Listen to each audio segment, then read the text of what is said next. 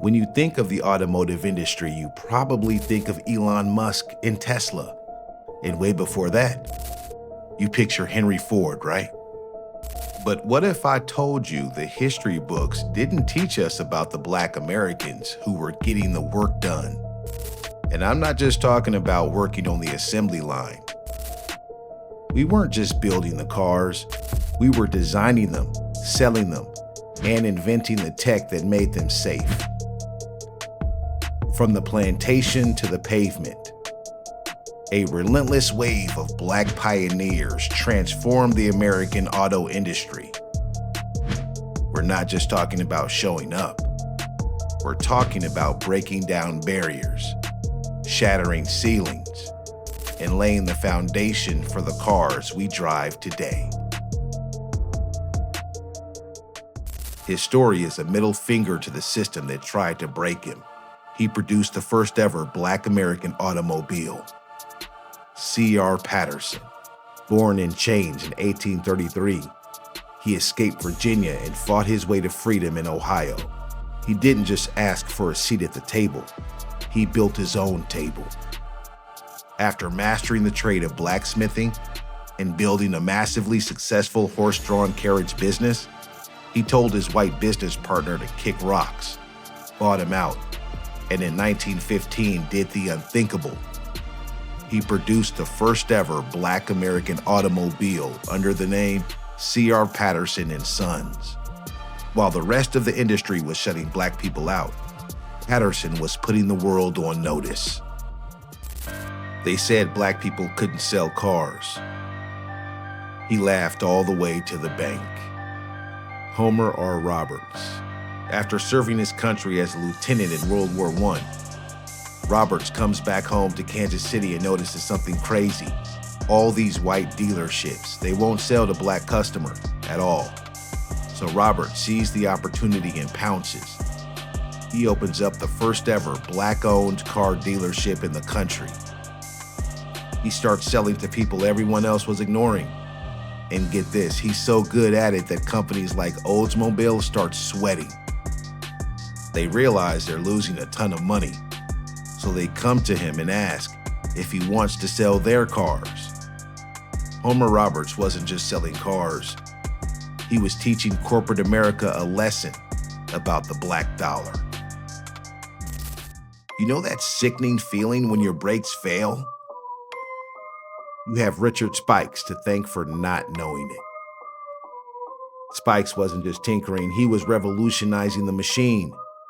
In the early 1900s, while most people were just happy a car started, Spikes was inventing the future.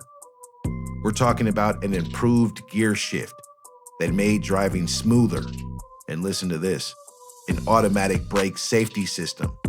Before Spikes, you were basically playing roulette every time you hit the road. He also created temperature monitors to stop your engine from blowing up and a machine to test your brakes. The modern car is a monument to his genius.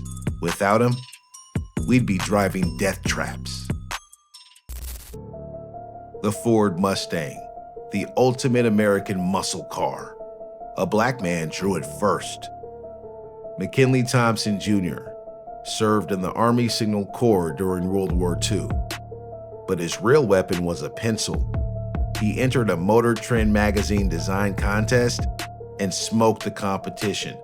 The prize was an art school scholarship, which he used to storm the gates of Ford Motor Company. He became Ford's first Black automotive designer. And while he was in that advanced design studio, he was sketching the future. He laid down the initial sketches for the Ford Mustang, the car that would define an era. He also conceptualized the rugged, iconic look of the Ford Bronco.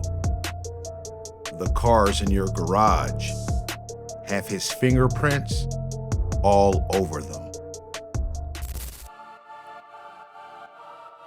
You know him for Peanuts. You should know him for saving the auto industry from disaster. George Washington Carver, the genius who saved Henry Ford's war machine. George Washington Carver is a legend in agriculture, but his partnership with Henry Ford was a powerhouse duo that changed the world. Henry Ford, the king of industry, knew a genius when he saw one, and he begged Carver to collaborate.